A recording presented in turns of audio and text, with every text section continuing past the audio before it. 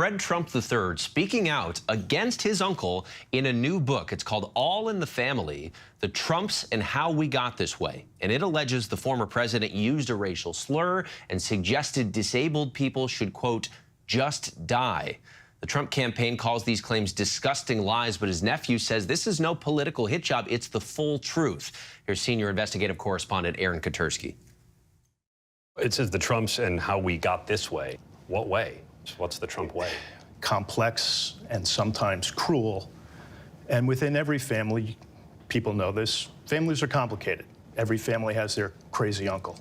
My Uncle Donald is atomic crazy. And he has put his mark on the family history. Atomic crazy? Yes. What's that mean? Means he does things that, even as much as I know him, when he's out there now, I sort of shudder and say, is this the same guy I knew? What's making him change? What got him this way? But that all being said, I've always had a good relationship, but he's done really horrific things to me, which some people will say, how could you still want to have a relationship with him? He's my uncle. He's family, and that means a lot. After his uncle was elected president, Fred Trump says he saw an opportunity to advocate for the disabled. I was in the Oval Office 12 times, and that was our mission, to advocate for people with complex disabilities. It culminated in May of 2020 in the Oval Office. Donald was there, and he was very gracious. Several other folks were there, including the group that we brought down. We dispersed. I was asked to go back and see Donald. He greeted me with his familiar, "Hey, pal, how's it going?" We sat down for a bit, and he just came out with, these people, all the expenses, they should just die. He's talking about human beings who have complex issues, and the first thing he could say was, they should just die. Fred claims this wasn't isolated, describing a phone call to alert his uncle the medical fund set up by the family for his son William was running low, a fund he says the former president consistently replenished. A couple of years ago, I called him. I said, Donald, the fund's running out. And without hesitation, he said, your son doesn't recognize you. Let him die and move to Florida. Were you surprised? That's a great question. My response was, no, Donald, he does recognize me, and said, well, thanks, and hung up. Was I surprised? I don't think you could hear something like that and not be surprised. But that is what he has become. It's sad. There's a chapter that you write about called the race card. What's that about? I was about 10 years old, and I was at my grandparents' house, like I was a lot. And Donald, I could hear him screaming. And I went down to the driveway of my grandparents' house, and there was his white Eldorado convertible with 2 slashes, still remember it. And he had electrical tape, because the roof was black. And he used the N-word twice, just saying who he thought probably had done this. You were 10 years old when these comments were allegedly uttered. Right. You sure you remember him that way? Oh, absolutely. He says he doesn't use the word.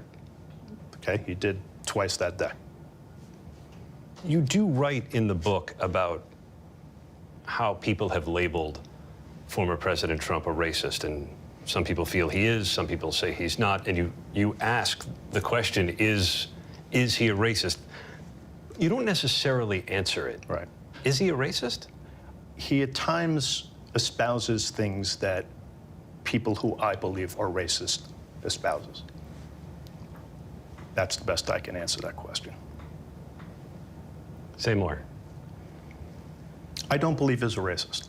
I think that he uses people, whether they're black or they're whoever can help him, he will use them. And, call it racist or not, I don't believe in that. He uses them as props, and when he gets what he needs out of them, votes, he'll cast them aside.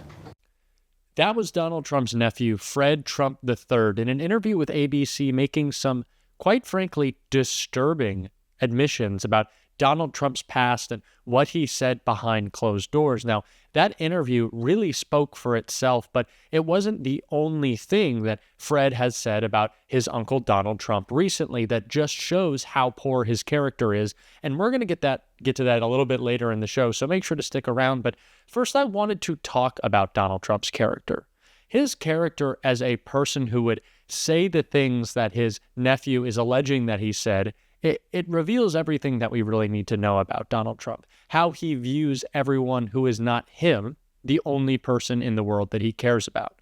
We know that he has made comments about veterans in the past that mirror the comments that were alleged that he made in this video, saying that anyone who gives their life for this country is a sucker and a loser. Donald Trump doesn't view people with any sort of care or emotion or empathy. He only thinks about himself and what is best for him. And so while these comments and these alleged quotes that Donald Trump gave from his nephew are disturbing, they're not shocking. And it's true of everything that Donald Trump does. We always think that he can't go lower, that he can't say the next worst thing, he can't propose the next terrible policy, but he always seems to do so. There is no low to Donald Trump. But what is so important in this conversation about character is the contrast that we see between Donald Trump and Kamala Harris in this really important moment in time. You know, we've talked about this on the show before, but we are at a moment where the character of who is going to be in the Oval Office is now more important than ever. The Supreme Court has effectively ruled that presidents can be kings and abuse the office in whatever way they see fit.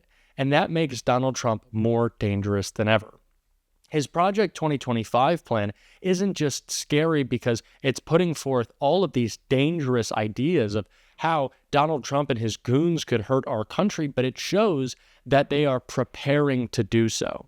That they're not going to go into the Oval Office, go into the White House and start hacking away at our government and our fundamental freedoms, but they are going to be precise in the way that they would carry out attacks on our democracy.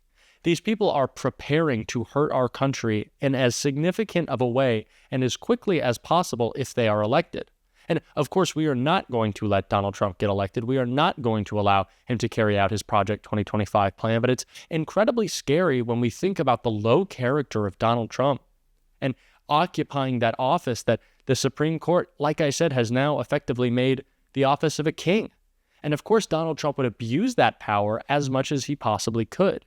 We saw it in his first term as president, trying to instruct just vicious attacks of those coming across the southern border to ask for protesters against him to be shot. You know, we heard the horrible things that Donald Trump said within the Oval Office. And of course, this is another stunning allegation against him from his nephew. But it is really important at this period of time when the Supreme Court, like I said, has ruled that presidents can be kings, that we have someone in the Oval Office like Kamala Harris who has battled corruption, who has battled the corrupt, unlike Donald Trump, who has been a corrupt career criminal his entire life. And obviously, Donald Trump's nephew knows that, and that's why he's telling all and exposing his uncle. But he isn't just doing what most anti-Trump people, a lot of anti-Trump Republicans that I see do, and just coming out against Donald Trump. He is also supporting Kamala Harris, and he did so in this clip.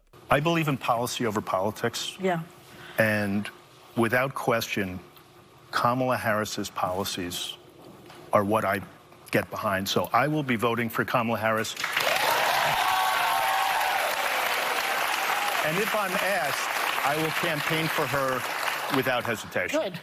Now, Fred Trump isn't the only Trump family member to come out against Donald and talk about how dangerous he is. Mary Trump obviously has spent many, many years at this point diagnosing the flaws in Donald Trump, calling out his dementing brain, how dangerous he is, not just because of his policy positions and the people around him, but because of his mental state. But I am so incredibly glad that Fred Trump III, is coming out not just against his uncle, but is saying that Kamala Harris is the solution.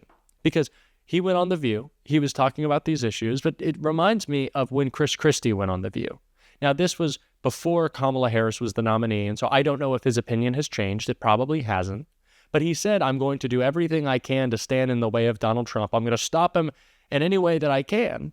But when asked if he would vote for a Democrat for president, he said no. Which just baffles me. How someone like a Chris Christie or Nikki Haley is another great example, could come out against Donald Trump, know the things they know about him, and still not fully say they're ruling out supporting him. Now, of course, Chris Christie says he won't vote for Donald Trump, but he's also not going to vote for the Democrat at the top of the ticket, so that is kind of just a failed attack in my opinion. But Nikki Haley has completely flip-flopped, saying that she would stop Donald Trump while running in the primary and now completely supporting him. It demonstrates, we're talking about a lack of character of Donald Trump, it demonstrates a lack of character for these people and is incredibly disappointing. And that's why I'm so glad that Fred Trump gave in a full endorsement of Kamala Harris, and we need to see more of that. And I think that we are going to, as this campaign picks up, and the threat that Donald Trump is, when it really starts to sink in with these people, hopefully Chris Christie will come out and endorse Kamala Harris as well. I think Nikki Haley's a little bit lost. I don't think we're going to get her back, but maybe Chris Christie. Maybe Chris Christie. And if you want to be a part of this movement, calling on people across the country to support Kamala Harris, make sure that you hit that subscribe button. We are so close to 100,000 subscribers, and I think we can get there by the end of the month with just a little bit of help. But make sure that you hit that subscribe button. And as always, leave a like on this video if you liked it. By hitting that thumbs up, it really goes a long way in supporting this channel and would mean the world to me. And until next time, I'll see you soon.